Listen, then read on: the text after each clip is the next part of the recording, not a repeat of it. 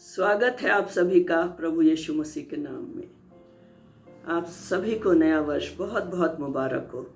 प्रभु यीशु की कृपा आप सबके ऊपर बनी रहे। एक बहुत ही लोकप्रिय कॉमेडियन चार्ली चैपलिन ने इस प्रकार कहा है, इस संसार में कुछ भी स्थायी नहीं है, हमारी मुश्किलें भी नहीं।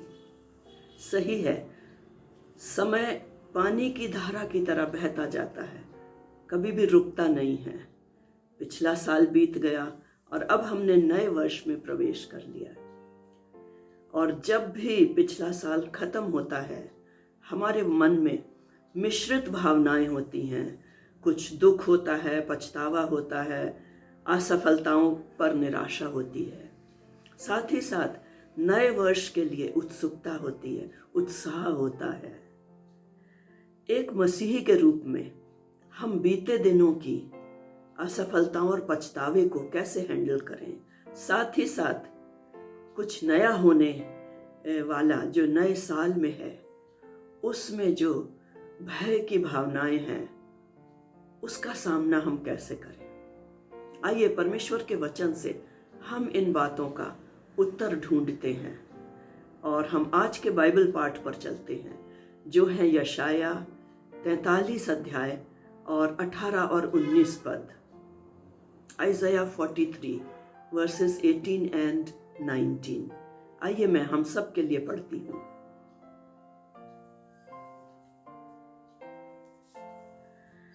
लिखा है, अब बीती घटनाओं का स्मरण मत करो, ना प्राचीन काल की बातों पर मन लगाओ। देखो, मैं एक नई बात करता हूँ, वो अभी प्रकट होगी, क्या तुम उससे अनजान रहोगे? मैं जंगल में एक मार्ग बनाऊंगा और निर्जल देश में नदियां बहाऊंगा। ये जो वचन का पाठ हमने अभी पढ़ा, इसकी थोड़ी सी हम पृष्ठभूमि देखते हैं। ये बाइबल पाठ, ये संदेश परमेश्वर के लोगों, यहूदा के लोगों को दिया गया था, जो बाबुल की बंधुआई में थे, बहुत कष्ट में थे, मुश्किलों की जगह में थे, बाबुल में परदेसी थे। प्रियो, ये संसार एक मसीही के लिए एक कष्ट की जगह है, कठिनाई की जगह है, मुश्किलों की जगह है।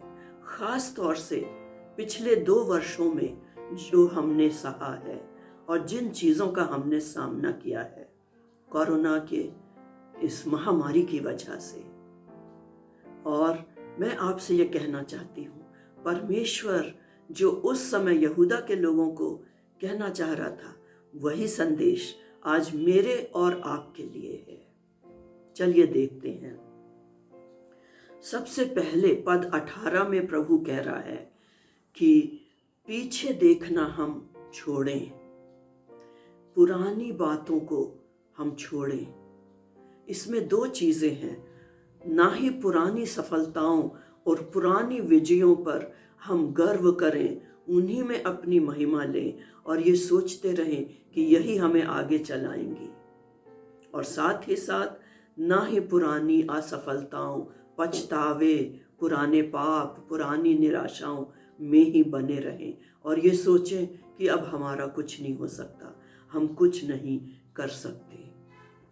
और प्रियो, ये उसी प्रकार से है कि यदि हम गाड़ी चलाते हैं और पीछे देखने वाले शीशे की ओर ही देखते रहें, रियर व्यू मिरर में देखते हुए हम गाड़ी को चलाएं, तो क्या होगा? दुर्घटना अवश्य होगी। सो परमेश्वर नहीं चाहता कि हम बीती बातों को ही स्मरण करते रहें। और क्या हम बीती बातों को कभी भी याद ना करें? याद करें, लेकिन परमेश्वर का उनके लिए धन्यवाद दें और अपनी गलतियों से सीखें और आगे बढ़ें। और साथ ही साथ एक और बात लिखी गई है 18 पद में कि बीती बातों पर हमें मन नहीं लगाना है, अर्थात उन्हीं में बसे नहीं रहना है, उन्हीं में घुसे नहीं रहना है हर वक्त। अंग्रेजी में बहुत अच्छा लिखा है, do not dwell on the things of the past. उन्हीं में बसे नहीं रहना है। अगर हम उन्हीं में बसे रहेंगे, परमेश्वर जो नया हमारे लिए करना चाहता है उसको हम पकड़ नहीं पाएंगे, उसको हम प्राप्त नहीं कर सकेंगे। हमारा परमेश्वर नई बातें, नए काम करने वाला परमेश्वर है। 2 कुरिन्थियों 5:17 में लिखा है, जो कोई प्रभु यीशु मसीह में है वो नई सृष्टि है, पुराना सब जाता रहा, बीत गया, देखो सब कुछ नया हो गया। पद 19 पर अब हम चलते हैं और इसमें लिखा है, हम आगे देखना शुरू करें, नए वर्ष में देखना शुरू करें। परमेश्वर कह रहा है, मैं एक नई बात करने जा रहा हूं तुम्हारे जीवन में, तुम्हारे परिवार में, तुम्हारी कलीसिया में। क्या तुम इससे अनजान रहोगे? हम कैसे परमेश्वर की बातों से अनजान रहते हैं? जब हम परमेश्वर के लिए, उसकी बातों, उसके कार्यों के लिए संवेदनशील नहीं होते, सेंसिटिव नहीं होते, जब हम परमेश्वर के साथ सही ट्यूनिंग में नहीं होते, उसके साथ हमारा अंतरंग संबंध नहीं होता, उसकी वेवलेंथ पर नहीं होते, तब हम परमेश्वर की बातों से अनजान रहते हैं। और इन सब को अगर हम एक बात में कहें तो वो होगी कि हम पवित्र आत्मा के साथ कदम से कदम मिलाकर नहीं चल रहे होते, तब हम अनजान रहते हैं। प्रियो, इस नए वर्ष में हम सोचें कि क्या हम परमेश्वर के साथ सही से कदम मिलाकर पवित्र आत्मा की अगुवाई में चल रहे हैं कि नहीं। परमेश्वर वो क्या नया कार्य करना चाहता है नए साल में, आइए देखते हैं। 19 पद में ही लिखा है कि वो जंगल में एक मार्ग बनाना चाहता है हमारे लिए। जंगल कैसी जगह है? भटकाने वाली, भ्रमित करने वाली, कंफ्यूज करने वाली, उसमें हमें सही दिशा, सही रास्ते का पता नहीं चलता है। प्रभु आज कह रहा है, संसार की परिस्थितियों में, कठिनाइयों के द्वारा से ये जो जंगल है, मैं उसमें तुम्हें सही मार्ग दूंगा, सही दिशा दिखाऊंगा। जैसे वचन में लिखा है, जब तुम रास्ते पर चलोगे, पीछे से तुम्हें परमेश्वर की आवाज आएगी, मार्ग यही है, इसी पर चलो। परमेश्वर हमारे लिए सही मार्ग और सही दिशा देगा। दूसरी बात, दूसरा नया काम जो परमेश्वर हमारे लिए करना चाहता है वो है, निर्जल देश में नदियां, रेगिस्तान में पानी की कमी होती है, सूखा बंजर होता है, प्रभु उसमें हमें जीवनदायक जल के झरने देना चाहता है। इस जीवन की मुश्किलों, संघर्षों के रेगिस्तान में प्रभु हमें ताजगी, नई स्फूर्ति, नया जोश, नया बल देना चाहता है।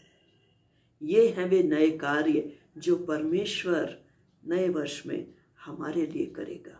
कब? जब हम उसकी आज्ञाकारिता में चलेंगे, ओबीडियंस में चलेंगे, पवित्र आत्मा की अगुवाई में चलेंगे। प्रियो, जैसे ये संदेश यहूदा के निराश, हताश लोगों के लिए था, उसी तरह ये आज हमारे लिए भी है। आइए इस नए वर्ष में पुरानी बातों में बसे ना रहें, उनको पीछे छोड़ें, उनमें से निकलें, रियर व्यू मिरर में देखते हुए जीवन ना जिएं, आगे की ओर देखें, उस नए के लिए अपने को तैयार करें जो प्रभु हमें देना चाहता है। और तब हमारा रेगिस्तान आशीषों का लहलहाता खेत बन जाएगा और हमारे निर्जन, हमारे जंगल बहुतायत से फलते फूलते बगीचों में बदल जाएंगे। यीशु ही हमारे लिए रेगिस्तान में झरना और जंगल में हमारे लिए मार्ग बनेगा। आज ही प्रभु से कहिए, प्रभु जो नया कार्य आप मेरे जीवन में करना चाहते हैं उसको लेने के लिए मैं तैयार हूं। आमीन।